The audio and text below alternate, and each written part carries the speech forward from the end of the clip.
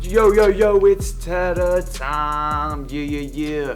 So today, we're going to look at proportions. Alright, so let's first review what a proportion is. So remember, a proportion is two ratios are equal to each other. Now where we're going to take it a step further is now we're going to look at word problems. So for example, if I said that 4 hot dogs cost $1, 8 hot dogs would of course cost $2. And that's a proportion. Those two ratios are equal to each other. It's 4 to 1. 8 to 2 simplifies to 4 to 1. And that's a word problem. Alright, so what we're going to be doing today is trying to find some missing pieces in word problems. So for example, let's say that there's a brownie recipe. And that brownie recipe says that it takes 3 eggs to make 18 brownies. But we're trying to make brownies for a whole class. And we got some people that really love brownies. So I have to make 48 brownies. So what I got to do here is I got to set a proportion. Now this is where it's key. Okay? Proportions can be very easy if you set them up correct.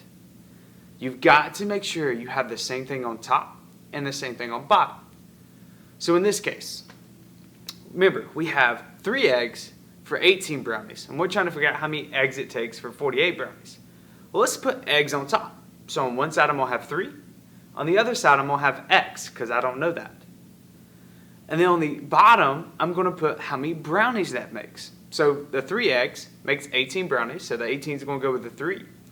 And then the 48 is going to go with the X, because that's how many brownies I want to make, and I don't know how many eggs that takes. So of course, now we have a proportion. We have 3 over 18 equals X over 48. So what we're going to do is we're going to cross multiply. And so we'll do 3 times 48 and 18 times X. So 3 times 48 is 144 equals 18x. And remember, to solve our proportion, we do the opposite of multiplying, so we divide by 18. 144 divided by 18 is 8. So it takes 8 eggs in this recipe for us to make 48 brownies. So as you can see, word problems is not that difficult. The only difficult part is making sure that you set it up correctly. So what I would encourage you to do it's kind of what I did right there. I said eggs on top, brownies on bottom. Eggs on top, brownies on bottom. I know some of you are not going to want to do that, but I promise it's going to help if you go ahead and write what your top thing is and then to write what your bottom thing is. So on that previous problem, I could have put brownies on top and eggs on bottom. It would have got me the same answer. So it really doesn't matter the order you put them in on top and bottom as long as you keep them the same on both sides of the equal. So let's look at another problem. Alright, so let's say that 7 pounds of peanuts cost us $4.76. But we don't want 7 pounds of peanuts. We only want 2.5 pounds. So let's try to figure out how much that's going to cost so we can take in the right amount to the store. Well, let's put the amount of peanuts on top. So our pounds are going to go on top and the cost is going to go on bottom on both sides of the equal. So on one side I'm going to have 7 over 4.76. On the other side I'm going to have 2.5 over C. So what we're going to do is now we have a proportion. And you remember, to solve proportion, we cross multiply. So I'll do 7 times C and $4.76 times 2.5. So to do 4.76 times 2.5, we got to set it up like our multiplication. We got to stack them and then count your decimal places. And after you do that, you see that it's $11.90 or $11.90. So we have 7C equals 11.9. So of course you got to do the opposite of multiplying there. We got to divide by 7. And when you divide by 7, you see that 2.5 pounds of peanuts cost us $1.70. So as you can see, proportions are not that difficult. Alright, so what I'm going to do now is I'm going to give you guys a problem. I want you to pause the video, go try it, and then come back here and let's check it. Alright, so here's the problem. So let's say that I can read 96 words in 2 minutes. But my teacher wants to figure out how long does it take me to read 240 words.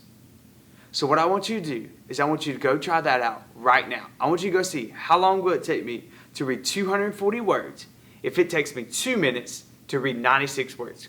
Pause the button now.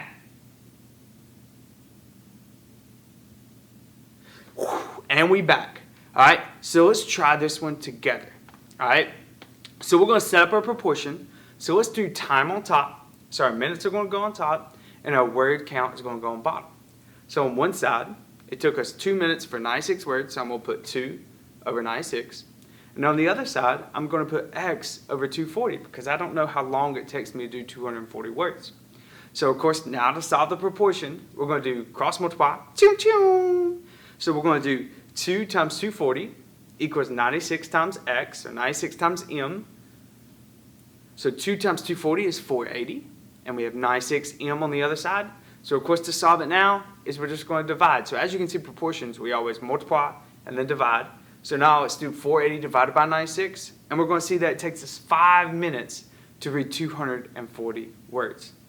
So what you guys can see in all these cases is that proportions are very easy to solve because you just got to cross multiply,